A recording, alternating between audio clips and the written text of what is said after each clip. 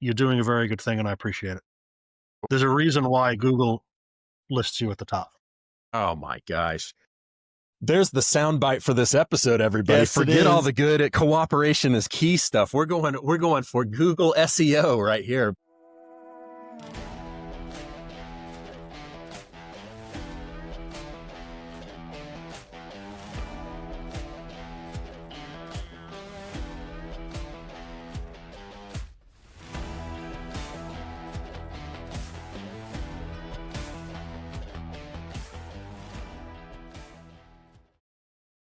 Greetings, everyone, and welcome back to another episode of the Real Deal Landman Show, the mediocre podcast with no preparation and no legal disclaimers.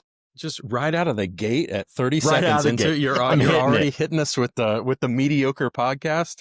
That is what we are, proudly. We own it. We absolutely own it. No, before we hit record on this episode, we were talking about how if you Google the Landman, I mean, we are right in the season 2 of the Landman on Paramount show. Jerris, I got hit not too long ago by somebody that said, you guys, for a Real Deal Landman show about the Landman, Billy Bob Thornton, Paramount Plus show, you guys don't spend a lot of time talking about that. Give me your thoughts on how should I respond whenever I have throngs of people coming and saying, you guys are not spending 1/10 of your show on Billy Bob Thornton and the rest of the team. Well, the TV show doesn't talk about us. Why would we bother talking about them? Well, I mean, short answer. Yeah, that's as good as it gets. We are definitely the primary focus of this thing. But if you look at Google, if you type in Landman podcast, or if you type in Paramount Plus Landman Show podcast, I was very surprised that the Real Deal Landman Show was one of the top search results. I don't know. Our marketing team must be working overtime on this. We have dedicated so much advertising money to that. And finally it's paying off. So yeah, I just did that just now. I looked on Google and the Google AI summary lists us number 1 as Landman podcast. I don't know if you've seen this. I don't know if you've seen this in the social media realms, but there has been some wars over who has the top oil and gas podcasts and top listeners and stuff. I have been seeing that. Yeah. And it would be fun or funny to jump in some of those discussions because we know who we are. We know where we stand. And according to Google AI, we're number 1. So, I mean, that's it. I have yet to see AI be wrong about anything yet, is what I want to go on record by saying. You've never been wrong. I never have been wrong. Yeah, I have seen a lot of LinkedIn. I don't want to mention anyone by name, but I mean, it is a little contentious if you see some people battling for seeing who has the most followers and the most views and everything. And I mean, we very professionally, I think, stay out of those conversations because we know the just huge number of listeners that we have on a weekly basis. And I don't like to lord that over anybody is kind of my thing. Yeah. Well, the frightening thing with social media is it has allowed the wrong group of people to quantify their popularity. I mean, this has been going on for thousands of years, but we've never had that little number in the bottom corner that you can then compare to others. I mean, also true. Couldn't have said it better myself. Digital dopamine hits. That's right. That's exactly right. This is that hit. And so we are right in the mix. We talked about when these episodes are being released. Probably whenever this episode comes out, there's going to be a few episodes coming in. We have seen so much has happened. So many new cast members added. Taylor Sheridan. We didn't even talk about the big news of Taylor Sheridan leaving Paramount. Going to NBC Universal for $1 billion deal. $1 billion deal. You're shaking your head like you didn't know that was a thing. I didn't know that. I don't crush over Taylor Sheridan or his shows like you do.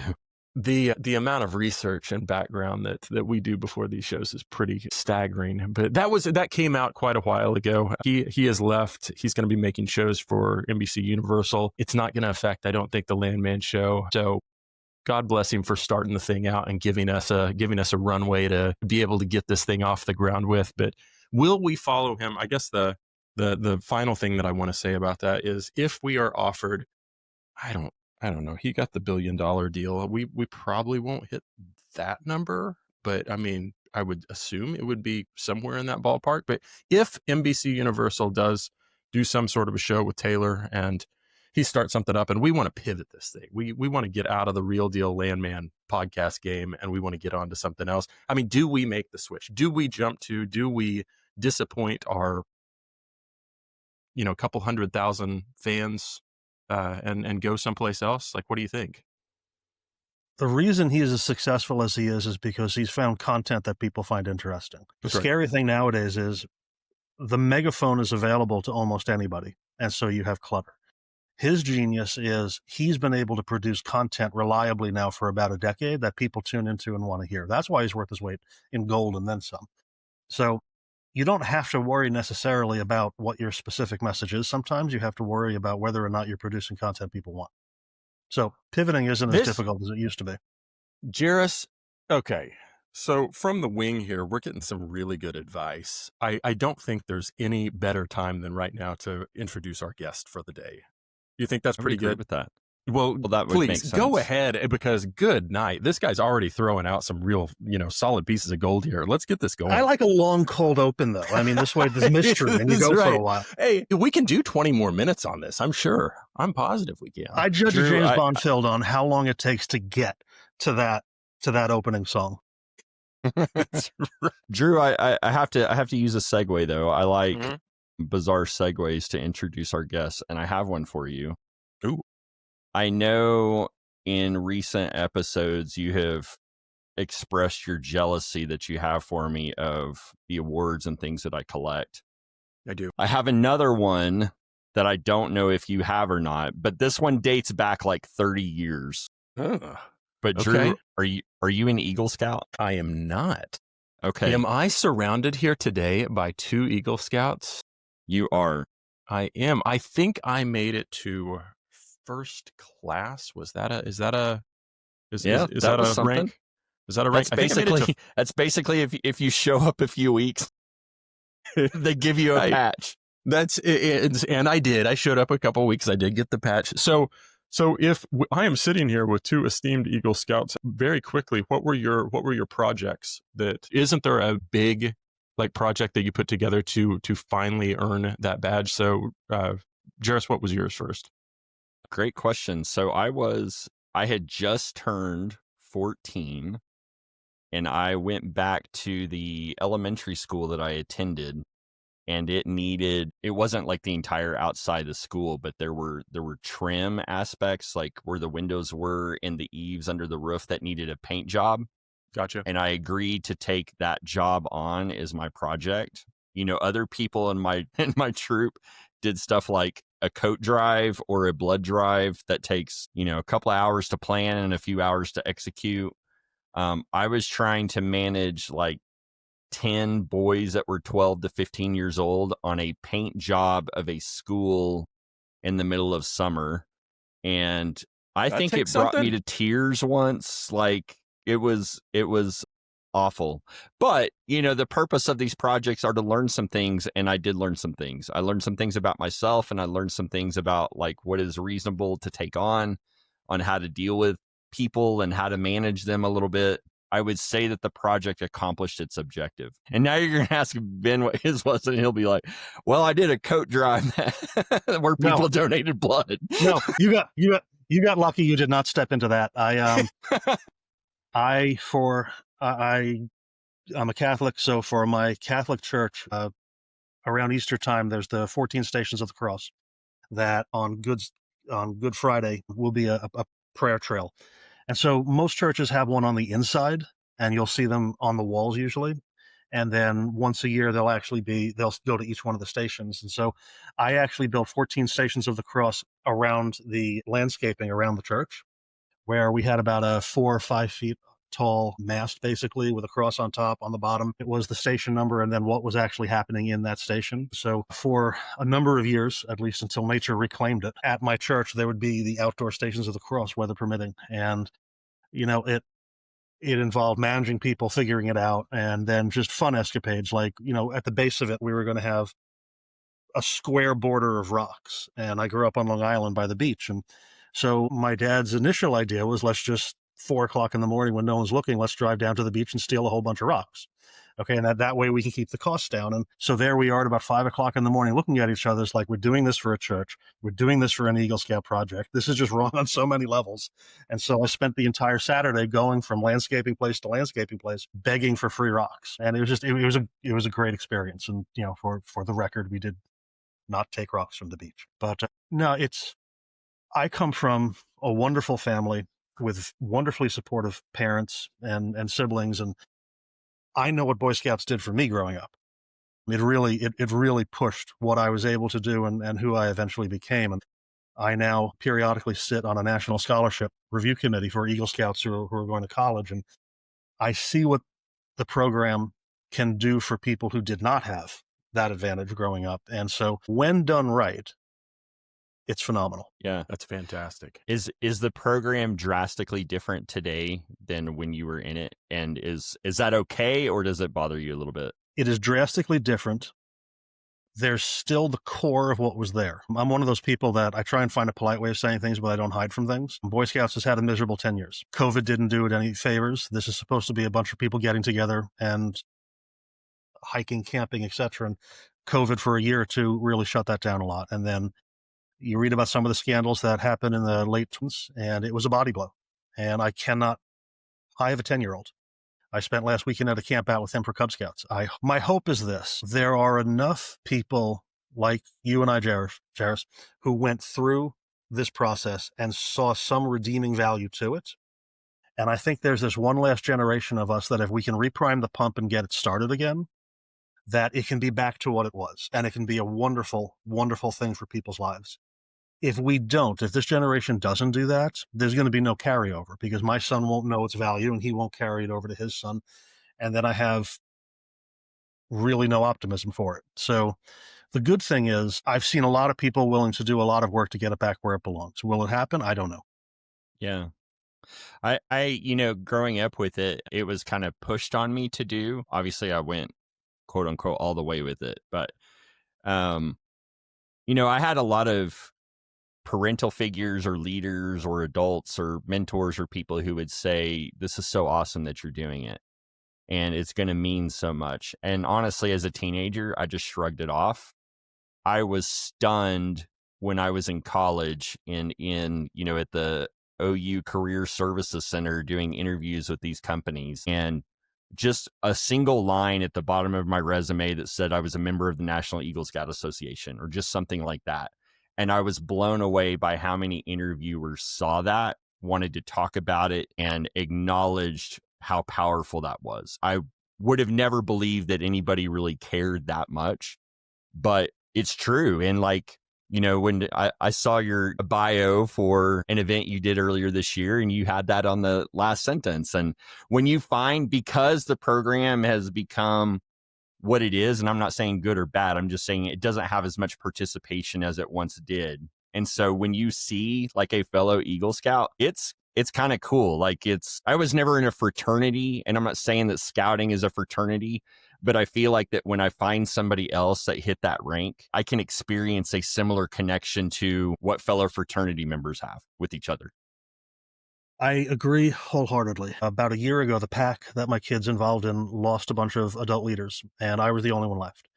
And, we have 28 kids there, and it got to the point where I couldn't do it anymore. It was too much with everything else. And so one night in a dark parking lot, as we were doing cutouts for Pinewood Derby cars, I had all the parents assembled, and I basically said, look, I can't do this anymore. I need help.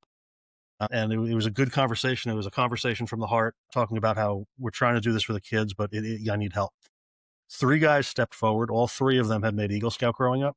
I'd never met these dudes in my life. All 3 of them stepped up and said, I have an obligation to help. What can I do? And 1 year later, I sat there this weekend at the past camp out, and I was kind of on the fringe of our area. And I looked in, and, they've got an amazing dinner going for the entire pack that they're cooking. They've got everything lined out. Everything is perfect. And there's actually now an organic beating heart to this. And the progress that was made in 1 year was phenomenal.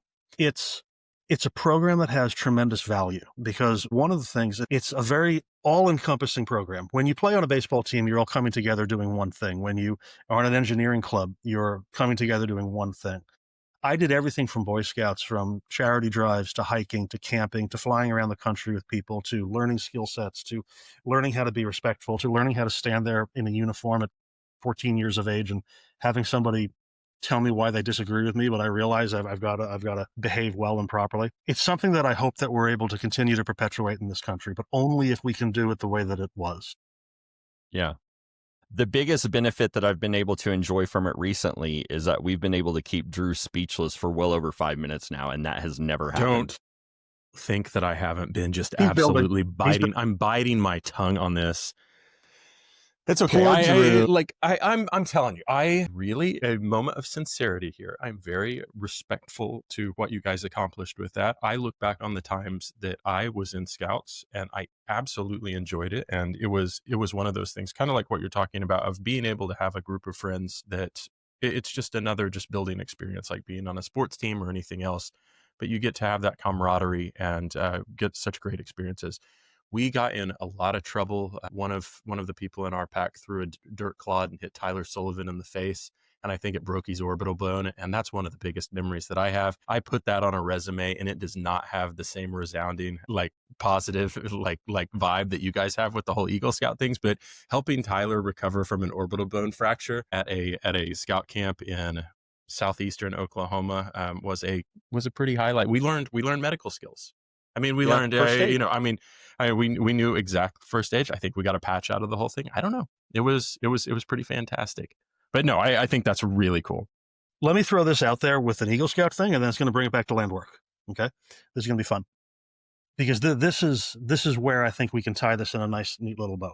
After I had made Eagle Scout, 18 years old, had a little puddle jumper of a car, meaning it was nice and zippy, but it's not. Looking back on it, I had way too much love for this car. And was driving and I entered a street where I was on the main road and I made a left-hand turn onto that street and I cut the corner going way too fast. And a woman in a minivan with someone in the passenger seat and someone in the rear seat were coming down to the stop sign there and nothing happened. She had to stop hard because I was completely just cutting that corner. And about a week or two later, one of the girls in that car, like 15, 16 years old, comes up and says, "Oh, by the way, my mom wanted to give me a message." When I told her who you were in that car, she said, "Oh, he's an Eagle Scout. I would have expected better from him." Yes. I've taken that with me now for 30 plus years. Okay. How you behave matters. And so we're all sitting here talking about landmen, land work, which gets us out to interacting with people that we've never met before. Okay. The number of times, if there's one skill this industry has, it's the ability to walk into a room, know one, sometimes know nothing, and then have hopefully an honest and heartfelt conversation with somebody. And, at the end of the day, the money matters, what you're doing matters, all that stuff matters. But what actually gets the tract of land conveyed or the right conveyed or the lease signed is whether or not a human connection can be made between those two people. And so for me, if there's a benefit to where my childhood left me off, it was that memory. Who you are matters. How you behave matters. It follows you. I don't look at things as wins and losses. That to me is the essential, I think it's the essential takeaway from a lot of this. So here, we brought us back to landmen now. To kind of piggyback off that a little bit. So I teach the CPL review, and I have in the past taught the portion on ethics. And really the ethics portion inside that CPL review is pretty short. Like there's just a couple of concepts that are touched on. But if you read the AAPL Code of Ethics and you're trying to take the legalese out of it and put it into, okay, what does this mean in everyday speak? That's a huge part of it, is that as a member of the AAPL, you are an ambassador, not only for the industry, but especially for the profession. And people are watching you. And they're going to not only judge the profession based off of your actions, but they're also going to judge and determine how future interactions with people are going to be shaped based on how you handle people. In other words, you have the potential as a landman to ruin it for everybody else. Yep. And it's very difficult to salvage when you come in on the back end of that. We deal with that all the time. As with most people, we started oil and gas. We're now across 5 different industries. So we're not just in the 5 or 6 most producing states in the nation. We're all lower 48 states. I myself, I think I've worked, I think the last count was 38 of those states. And so you're everywhere. And, if there's one common thread that I've found running through America, and I don't care what your political background is, rural, I don't care. If there's one common thread, it's people remember how they're treated. They know when they're being lied to. They know when they're being treated fairly. And even if we can't come to a deal on this particular set of circumstances that we're talking about now, we're going to swing back around again and again and again, because, there's 1.9 billion acres of land in the United States. But when you start subtracting out acreage that is not useful, probably will never be useful, is federal, is already spoken for, go through the entire list, we are all competing for the same acreage again and again and again. And so we are going to keep circling back to these same landowners, and they have long memories. They really do. And for the good and the bad. I remember I was driving back to the Durango airport, and I just have this memory, and it was somewhat early in the morning because I was mountain time, and I was driving out there, and I saw this number on my phone, and I thought I recognized it, but I wasn't really sure, and went ahead and answered it because I had nothing else to do because I was driving, and I heard a voice, and I immediately recognized who it was. And it was a mineral owner I had dealt with many years before, and he wanted to tell me about an experience that he had with another landman and the company that he was representing, and how unfortunate those conversations went, and wanted to say, like, I want to do a deal on this. I'm not going to deal with them. I have no idea what you're doing right now because I haven't talked to you in years, but is this something that you or your company would be interested in? Because I know you're somebody I can trust and work with. That's great. It's evidence of someone who gets it. And one of the problems that we have in this industry, you probably, if you want to extrapolate that forward to country, but one of the problems we have, certainly in the industry, is never in the history of America have more people lived in urban and suburban areas in terms of percentage of the population. And there is a fundamental divide between someone who lives in suburbia and an urban area to how they view land. To someone who lives in those areas, it's where you put your house. It's maybe where a baseball field is. The land in your mind doesn't have any value. It's just a place to do something. You may live in a very nice house. You may be very happy where you are. But if somebody came and offered you a 25% better house on the other side of town, you'd seriously consider moving. When you bridge over to the other side of America, which only has probably right now maybe 6 to 8% of the population is living in rural areas, and then you figure you have to subtract down from that percentage of people who are actually landowners and decision makers, you're talking about a very small slice of America that not only lives on the land, but it is their operations, it's where their source of income comes from, and it's their source of identity. So for most people, when you talk to them on the suburban side, when you talk to them about their peace of mind, they're talking about their bank account, their savings account, their 401k. That's not the way rural people think. And the problem is bridging the gap between those two groups. More often than not, the people who are working for oil companies or renewable companies or infrastructure companies, they're going to live in an urban area or a suburban area. So all of a sudden, people with one mindset are having to rely on people with the complete other mindset to get the site for whatever project it is that they need. They're relying on those people for something that they need. And very, very often you need a translator between the two. I spend just as much time advocating on behalf of the landowner who I have no relationship with, who I have no economic incentive from whatsoever. I spend just as much time advocating for their needs to my client as I do advocating to the landowner on behalf of my client. That's the only way a good deal gets done. I think it's incredibly like everything you're saying is incredibly impactful and the truth, and the little like bit I have in my career of the joy that I got of being able to being that intermediary between company and landowner, and just being able to talk kind of that same language with them and really try to get on their level and just be able to help them understand how we were on their same side and how we were looking to help advocate for their best interest. And that was some of the best years of my career for sure. And I really enjoyed, like, we went to West Virginia a lot, and we would set up meetings from 7 o'clock in the morning until 4 o'clock in the afternoon And we would end up being at this little field office until probably 8 or 9 o'clock at night, because people would want to stay. They would want to continue to talk. And by the end of that, it was one of the most rewarding things of being able to see that connection and to have those people text you on your phone.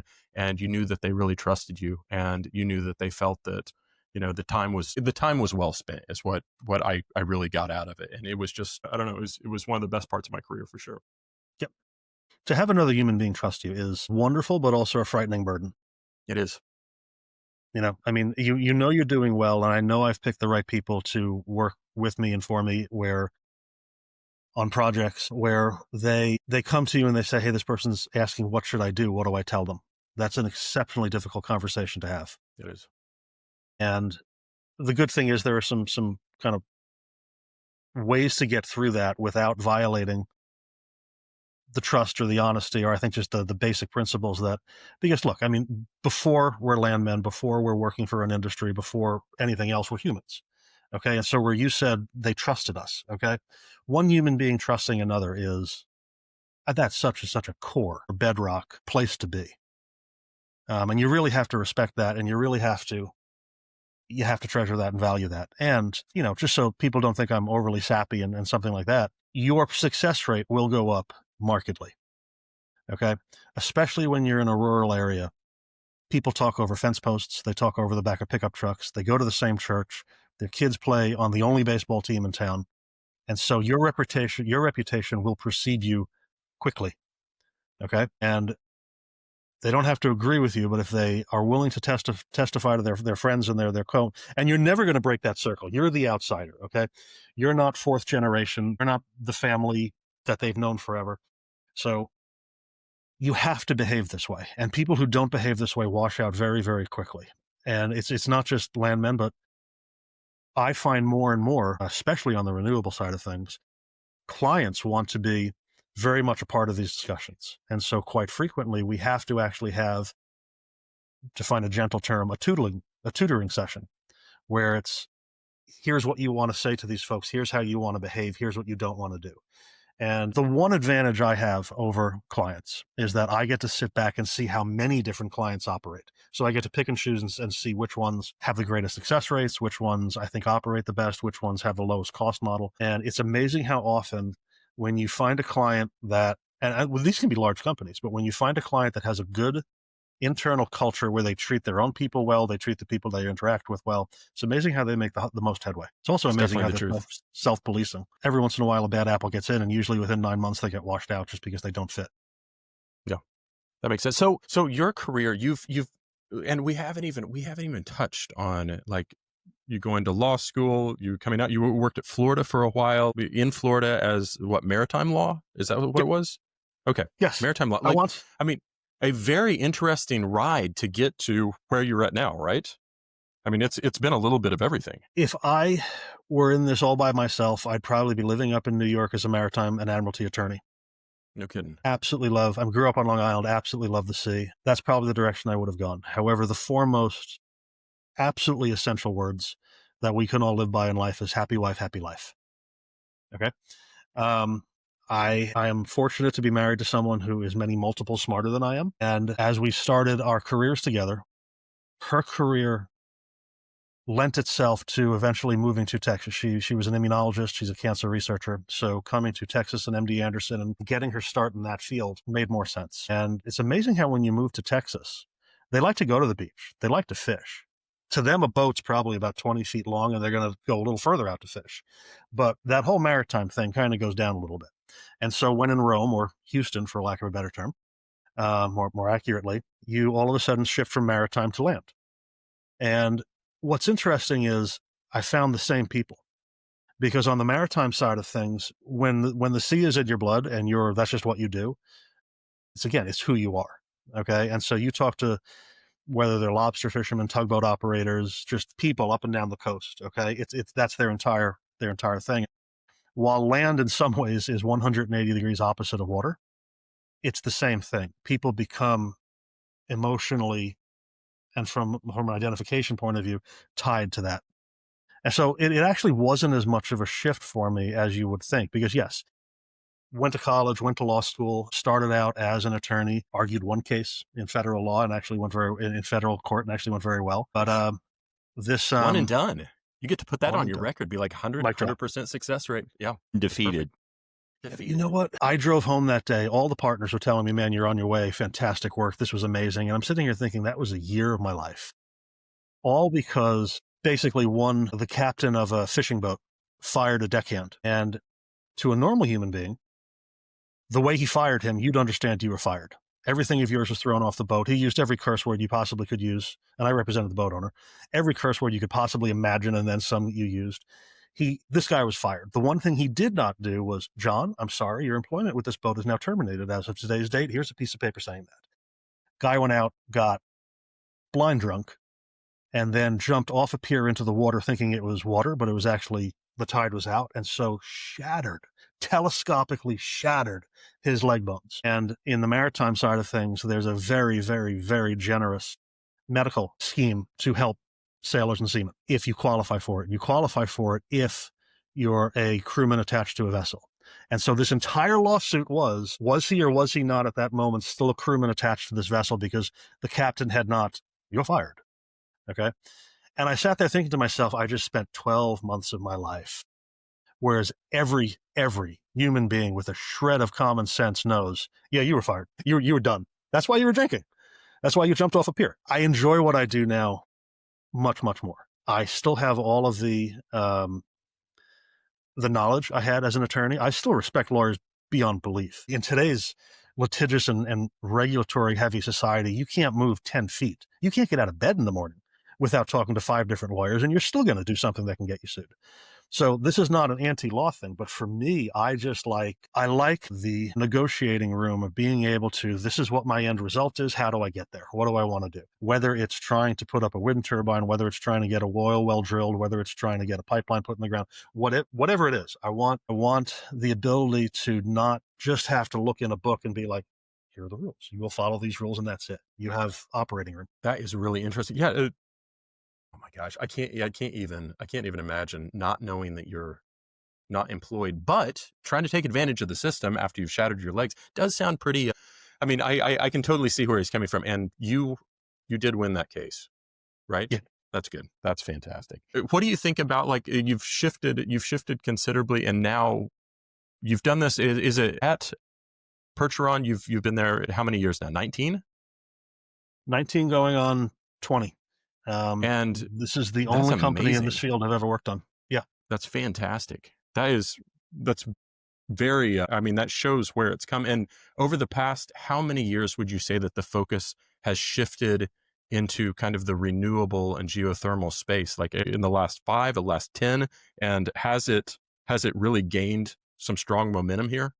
Are we talking at Percheron or are we talking at just the industry? I'd say at Percheron first. Okay. Percheron has been growing by leaps and bounds. And so it's not that the focus has shifted. It's that we're growing into new areas. And hopefully, and I know we're growing from a position of strength where we have mastered where we are. And now we're stepping out because we realize our skills are transferable. Myself and a partner and a friend started the renewables about 7 years ago now because we realized that our skills transferred almost entirely. Now, it turned out to be more complicated than that, but the wonderful thing about this company, and there are a lot of actually wonderful things about this company, but they give you the opportunity to try new things, and then they support you during that stage of infancy when you're an eggshell. And if you were trying to do this on your own, because look, I mean, everyone, when they come up with a new idea, the first thing, if you have any entrepreneurial spirit whatsoever, the first thing is, should I do this myself? Followed by, can I do this by myself? And I think, the ability to have that kind of nursery setting at Percheron was wonderful. And I think one of the reasons that we're as strong as we are now is because we had that. We've pushed into all the renewable tasks that people will normally do, whether it's wind, solar, battery storage. Geothermal is, no pun intended, exploding right now all over the country. It's amazing the meteoric rise that's happening right now. And with that conference that we were at in Las Vegas, Jerris, the number of conversations I had about either geothermal as a standalone or geothermal as a tie-in to other projects is astounding. And what's really cool is At first Percheron did one thing, and the successor companies to Percheron, because we're a result of a 2012 merger.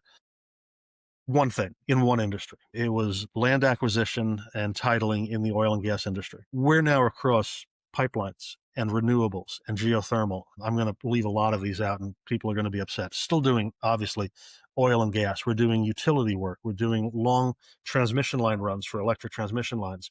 The interesting thing is we built this organically based on our skill sets. And then there's all the connectors between that, like the survey, the environmental, the drone flights, the topographic maps, everything. But what's interesting is for a while, it seemed like everything was dispersing. And you started to worry a little bit, are we becoming too siloed? Are we going to start having people butt heads because, well, I'm in this industry, I'm in this industry. Over the past year, you're starting to see everybody come back together. You're starting to see renewable companies that are asking, hey, what do we have to do to put up a natural gas power plant? We're starting to have oil and gas companies say, hey, you know what? We'd like to maybe not sell power back to the grid, but we'd like to run our operations, our on-site operations, in field operations with either turbines or solar panels. What does that look like? What do we have to do? And you're starting to see what we call stacked enterprises. And that benefits absolutely everybody. Because from the landowner point of view, assuming you own everything, you have many, many rights to that tract of land. And more often than not, when someone comes to your door, they probably just want to buy one of those. They want to buy it for the discount price of, here's one of your 5 rights that I want, okay? The problem is I may be encumbering those other 4. That's where a lot of the butting heads comes between landmen and landowners. Now, all of a sudden, you can approach as a group or a consortium where, you know what, we're going to use 4 out of the 5 of those rights. Now we can start giving you, the landowner, full value for what you own, with each of us only taking a percentage share of that cost. So from the landowner point of view, it's fantastic. From the corporate point of view, it's fantastic. From the negotiating point of view, it's fantastic. And from the community point of view, it's fantastic, because when you look at the entire American legal system as it relates to land, the whole purpose is to extract as much value and benefit from an acre of land as we can for the benefit of the community, whether that community be the local community, the state, the county, the federal, whatever it is. And so now all of a sudden you're having tracts of land that, rather than have one sole usage, may have 2, 3, or 4. Okay, this is one of those ideas where everybody wins, hopefully. Percheron is a very well-known name. It's a huge entity. Might even use the word ominous in terms of where it is, in terms of everything. What are some things that people may have heard via rumor or might assume about Percheron that either aren't true, or what are some things that they ought to know about it that slips their mind? I think what we battle often is every company starts off with 1 or 2 people and a pickup truck, working with 1 or 2 people in their pickup truck. And over time, if you make a lot of really good decisions and you behave correctly and you have a little bit of luck thrown in there, you start to grow. And all of a sudden you are very large, and you turn around one day and you're no longer 2 guys in a pickup truck, 3 people in a pickup truck. And where I think if there's something that we've been able to retain is, yes, we're over 1,000 people. We're nationwide. We have offices all over the United States. There are people who I meet when we go to meetings, and I've never seen them. Either I've only met them digitally, or I've just never seen them before, and we worked at the same company for years together. That's an entirely different feeling than when we first met. And we used to have, quarterly picnics or something like that, and everyone, their families would come together and you knew everybody. So that has changed. But what has continued forward, and I give a lot of credit to everybody at the company, especially the long-timers who've been there for a very long time, that same ability to work for one person on one project and know that there's maybe not, obviously not the whole company, but there's at least one person at Percheron who woke up this morning and all they care about is your project and whether or not you look good. And that's the toughest thing to do, because a lot of times when you start to get scale and size, you start to become either homogenized or you start to become impersonal. And we've always, always, always fought against that, because again, I don't care whether it's with landowners, whoever, the relationships matter. Okay. The relationships matter with clients too, because what you have to realize is, the same way that when you talk about your relationship with the landowner is, you're talking about their bit of economic security. You're talking about their life, their operations, their place. When you're talking to a client, you're talking how they pay the bills, how their kids are getting braces, how they're sending their kids to college, what keeps a roof over their head, their 401k. I mean, you're literally talking about their entire life. Okay. Yes, there are some times when it's probably easier to move around and have transfer between jobs, but quite frequently it's not. So you always have to approach a project with the realization that the bad ending for us is we lose a project, we lose some revenue. The bad ending for the client, theoretically, in a really bad way, is they lose their job, or size of the company, they can lose their company. Okay.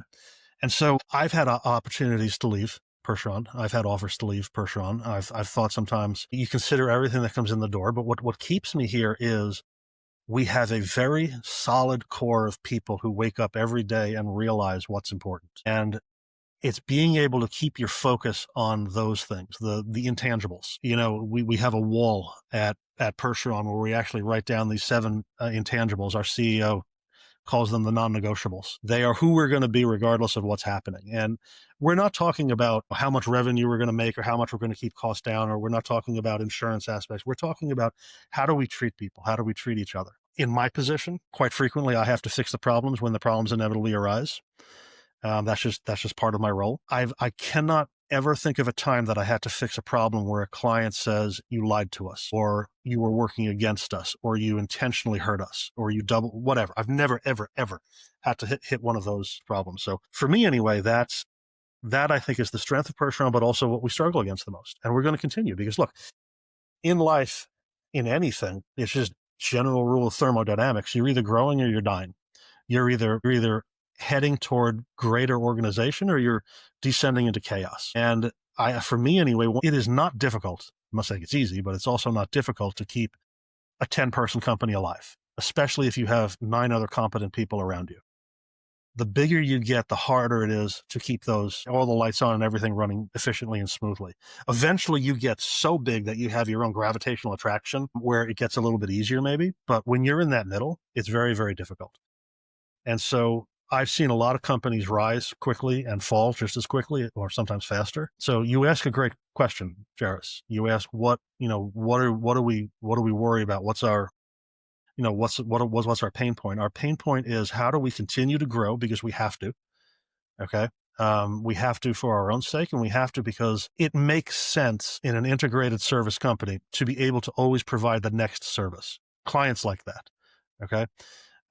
They like that. Hey, you did a great job here. Why do I have to walk away from you? This makes sense that you handled this as well. And so in order to do that, you have to grow. You have to bring new people in with new specialties, new background, new training, new points of view. So you constantly have to be growing the machine. But how do you continue to be able to provide that core level of success? And to be honest, even when I talked about clients a few minutes ago, where I said, when you're working with a good client because a bad one gets in and they wash them out in about 9 months without even having to fire them or terminate them. They just know it's time to leave. Percheron's very much the same way. When you look at a management level, I've been here 20 years. The 2 senior project managers I work with on a daily basis, I've worked with for 16 years now. The partner that I started renewables with, he's been here for 30 years. He and I have worked together for 20 years now. And that story goes on and on and on and on. And it shows that people want to stay. And they want to stay because we've continued to make it a place where you want to stay. It sounds like you guys have a long history of treating people right, doing the right thing, and kind of having the finger on the pulse of the next big energy. I don't want to say transition, but the next energy lever that's going to be pulled. You've talked about the geothermal really blowing up like crazy. We always talk about on this show with all of our guests, the AI just craze that's been going on over the past couple of years and how that's transitioning. Where do you see, without giving away any special sauce of the company, but where do you see, like, in this new year, in 2026, what are some of the things that you guys might be focusing on, or what are some of the things that you believe you will be hiring for, that you will be putting focus on into the new year? Good question. There's two separate questions there. I'm going to answer the first one first, then the second one. Where do I see things going? The world has always been a competitive place, and the world is a much smaller place than it used to be, which the world keeps finding new ways to become smaller somehow. America, and look, I don't want to be nationalistic because I realize that at some point I stop being American and I start being a human. But at the same time, I also realize that I'm very happy and fortunate to live where I do. And I think we've got a I like how we do things here, and I don't necessarily want things to change in a fashion that we don't dictate. And so it is over the course of human history, whether it's economic activity, political power, any type of power, energy goes with it. Okay. At least during the Industrial Revolution, you have to have the power to feed the growth. Okay. And so for me, the story of the next couple of years in America, in our industry, is we need absolutely every molecule of power that we can take out of the ground.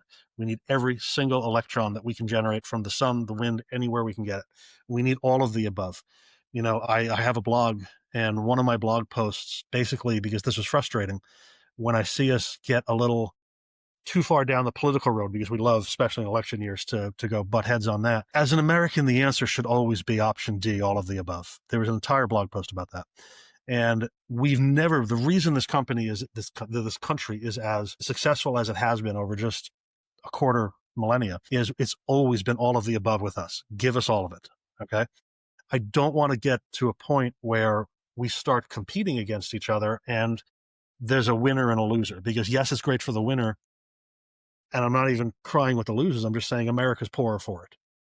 When you look at some other areas of the world where they're able to, in some cases, because it's more of a directed approach, shall we say, game plan out their energy needs, and they're able to say, this is what we're doing, we have to be able to compete against them. So long story short, next couple of years, I want to see us start to go back to putting in large solar and wind plays.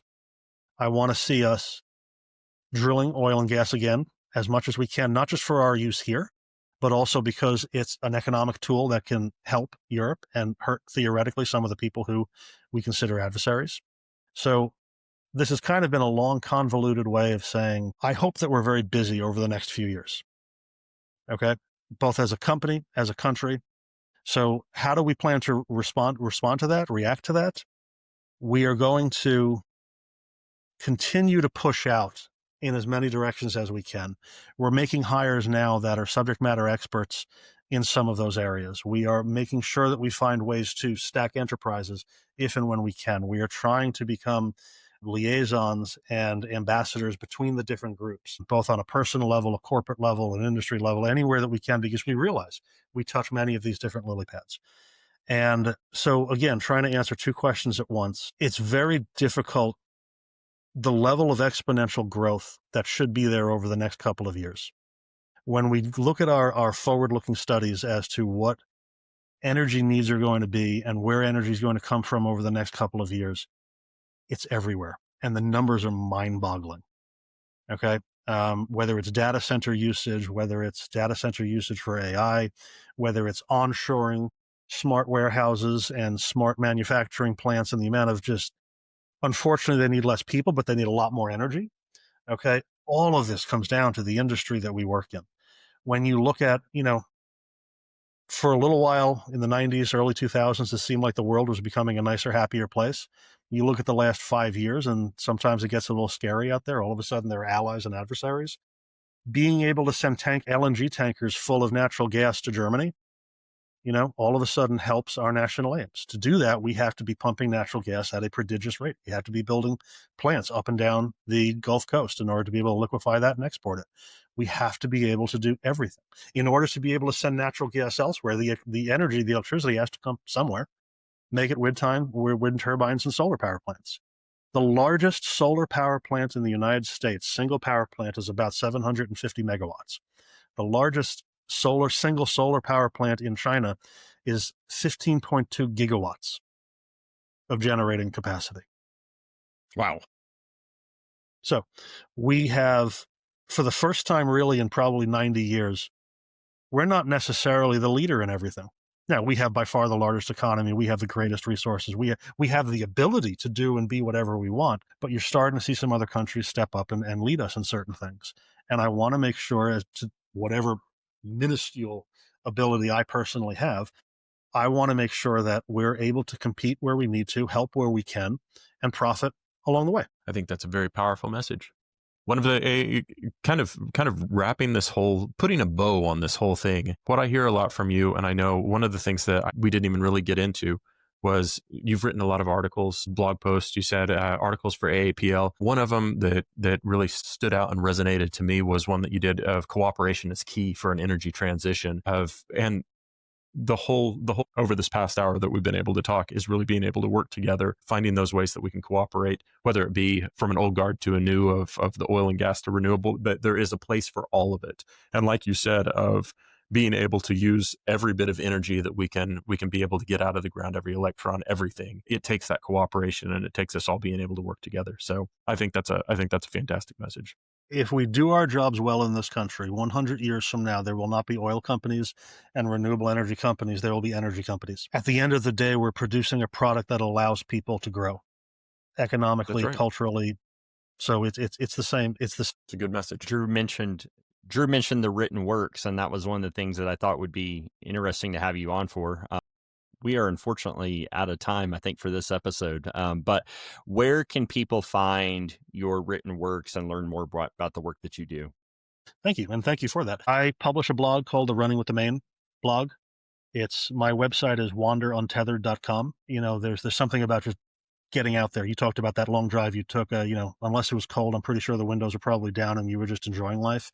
So there's a part of my soul that just wants to be out there wandering, but it's, tie it back to the beginning of this conversation, Boy Scouts. There's an expression there that you haven't truly learned something until you can see it, do it, and teach it. I think there's a responsibility as you grow in your field to try and give back, to raise the level of debate, to raise the level of just common knowledge. And I hope every once in a while someone picks up an article and maybe considers what's written in there. It's my way of giving back to the many, many, many people in this field who have helped me when they didn't have to. It's the type of thing where I very, very much enjoy doing it. It's an intellectual pursuit. And I love when I get comments or questions, and I love reaching out and talking to people and helping them if I can, not necessarily on the project that they're working on, but just who they are, what they're doing, where they're going. And I very much appreciate you bringing that up. It's been a wonderful passion project of mine. It's been something that really I've enjoyed. It's fantastic. And so if people want to get a hold of you through the website, through LinkedIn, a couple different ways there. Yep. LinkedIn, I'm on LinkedIn all the time. I have my various email addresses. I have contact information on wanderuntethered.com. I'm pretty easy to find, and it's I'm always happy for a conversation. It's always a rewarding experience. So, whether it's Vincent.Caruso at PercheronLLC.com, whether it's Running with the Main, the blog, it's just it's the fun part. It's the relationships. Every one of us got into this and succeeded in this business because not only do we have a capacity for it, but we have a drive and a need for it. Exactly right. Well, I think what this boils down to is, we've had good conversation here for the last hour. This is when we didn't even get into most of the notes that I had, and Jerris, I know the notes that you had as well. So, obviously that means that there's going to be a part 2 someplace down the road. I'd love it. Oh, it'd be amazing. There's some stress before a podcast, because you two know each other, you know what you're doing. And so I can usually 5 minutes in, you see my shoulders drop when I'm happy. Okay. You have been wonderful hosts. This has been a fantastic hour conversation. I really enjoyed myself. And so I would love to continue it someday. You're doing a very good thing, and I appreciate it. There's a reason why Google lists you at the top. Oh my gosh. There's the soundbite for this episode, everybody. Yes, forget all the good cooperation is key stuff. We're going for Google SEO right here. But what I would say is it's absolutely a pleasure to have you on. Vin Caruso, this is someone that I hope that everyone listening out there, please look up, please find, please connect with online.